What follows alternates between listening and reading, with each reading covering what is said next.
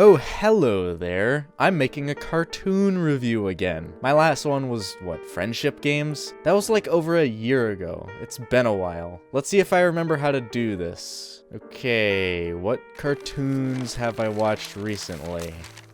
Okay, everyone knows about My Hero Academia. I already did Star vs. the Forces of Evil. Bravest Warriors is bad, and I think I already did that one too. I guess I've been watching Code Lyoko. That works.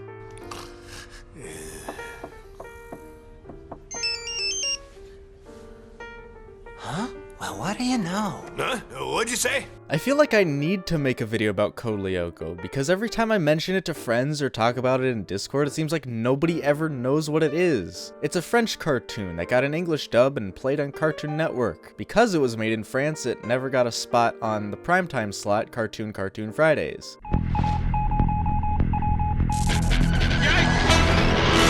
Instead, it got put in a block called Magoozy. I honestly don't remember that block. I thought it was its own cartoon channel when I first heard about it. But it's actually a block designated for action cartoons, like Teen Titans, Ben 10, Pokemon, and a bunch of foreign crap and stuff people don't remember. Code Lyoko falling into both of those categories.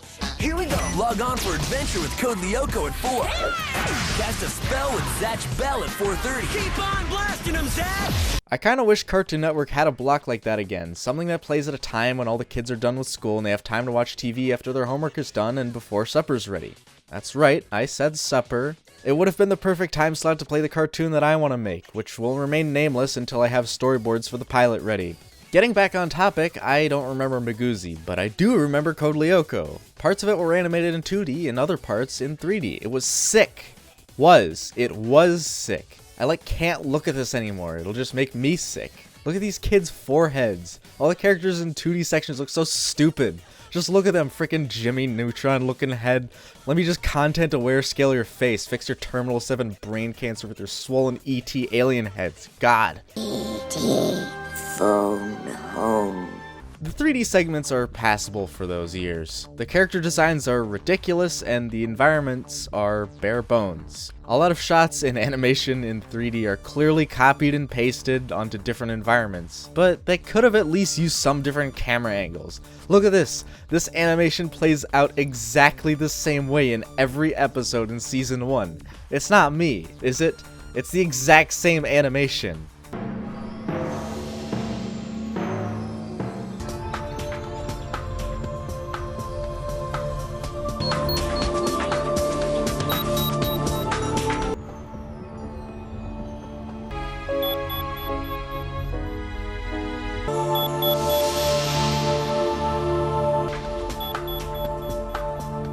I'm like 20 minutes into the video and still haven't explained what the show's about.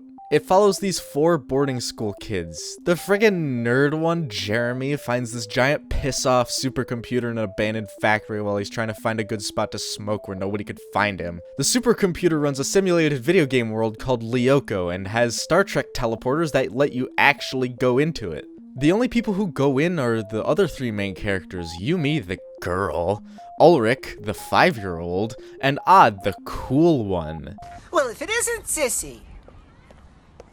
Hello, Ulrich, dear. Can we talk for a minute? Hello, Ulrich, dear. Can we talk for a minute? Odd is a real name. I looked it up. It's Norwegian. It's the 11th most common name in Norway. That's equivalent to Chris in America, so don't give me any of that, what an odd name crap. Oh dear me, that's an odd name. Another character is Aelita, a pink-haired anime waifu who is apparently stuck on Lyoko for however long the computer was shut off. Season 1 is all about trying to get her off the computer and into the real world. The problem is there's no program to rebuild her in the real world. If you die in Lyoko, you just end up back on Earth. If Aelita dies, she's just dead, she's gone. So Jeremy has to write a program that can de-virtualize Aelita, but the villain doesn't want that to happen. XANA is his name, which auto-completes to Xanax if I type it into Google. So that's why Xanax Code Lyoko is in my search history, in case you were wondering. XANA is one of my favorite villain designs ever. I don't know if design is the right word because you never see him. He's basically an artificial intelligence turned computer virus that lives in the core of Lyoko. I find it cool, like I said, that you never see him, but you know he's there. Something about faceless villains I really like. It kinda cuts out the middleman of coming up with some bullcrap motive for being evil. He's just evil. It's a computer virus that can take control of stuff in the real world. Oh wait, did I not mention that? I don't know what you guys think, but But you think it's XANA?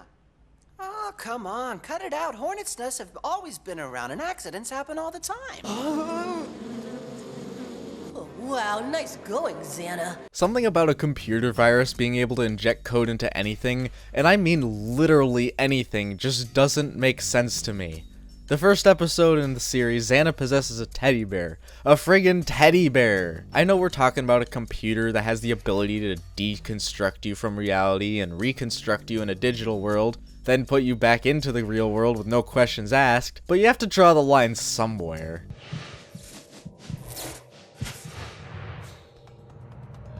Every time XANA attacks in the real world, he has to activate a tower in Lyoko. Towers are basically the way to access the computer from inside Lyoko. If a tower is activated, you gotta deactivate it, you know? You can't just have the thing stay like that.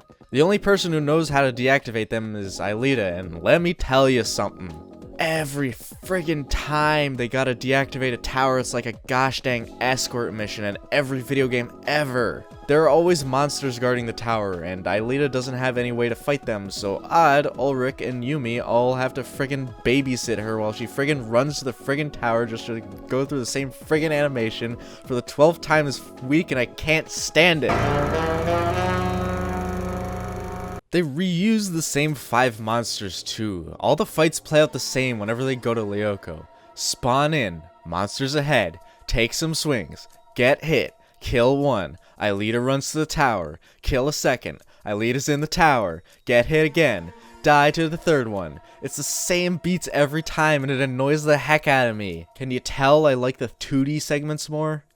Every time there's a XANA attack in the real world, there's something different. One day it's a song that paralyzed people, next he's controlling the gravity, and a week later, dang Terminator is terrorizing the school. It makes sense that there's much more variety in the 2D segments, knowing how much time and money it takes to make new monsters and environments in 3D, not to mention rendering it all.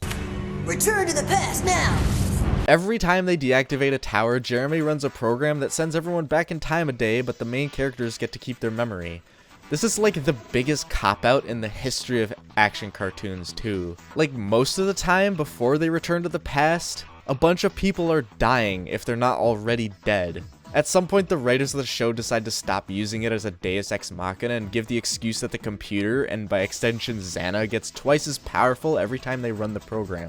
As powerful as they make this computer seem, you know, with the ability to time travel and download and upload real people, it really doesn't do much if nobody knows how to use computers.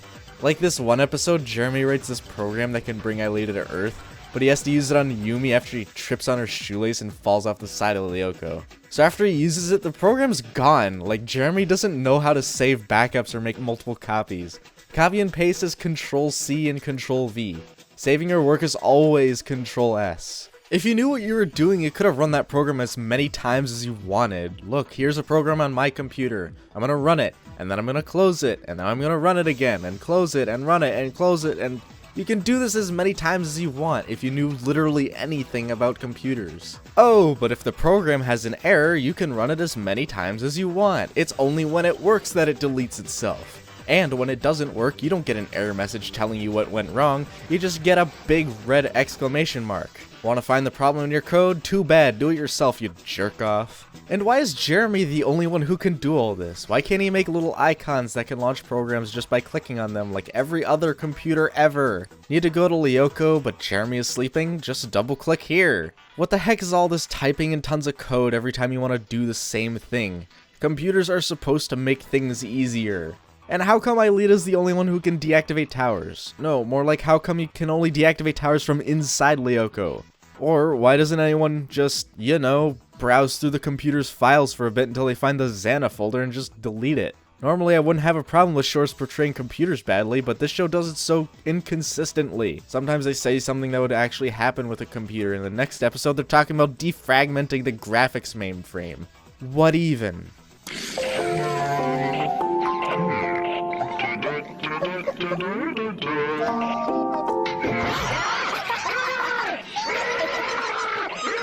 coming right back.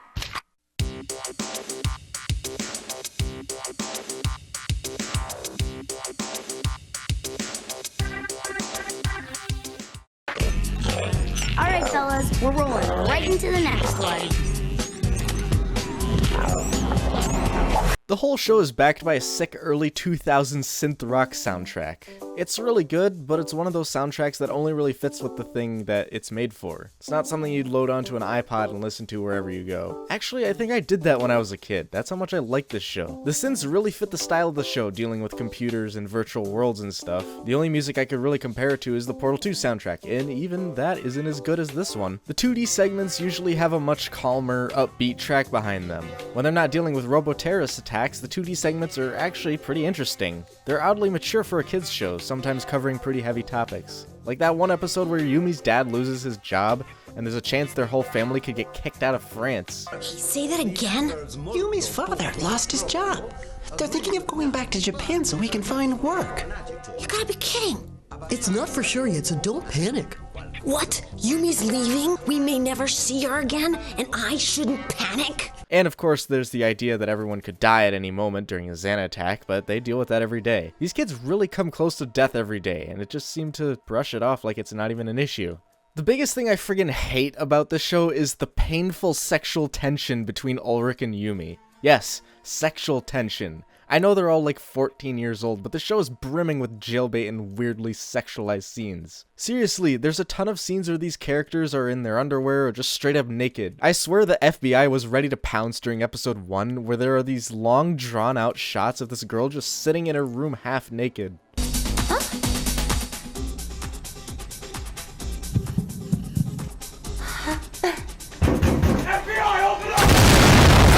Oh, did I mention all the grunts and noises everyone seems to make? Especially Aelita. You basically have to wear headphones when you're watching the action scenes, because it always sounds like everyone's practicing their voice acting for the next big hentai film. And I think Aelita's voice actress already thinks she's in some sort of animated porno. The tension between Yumi and Ulrich is like the stupidest thing I've ever watched, and the writers just keep reusing that idea.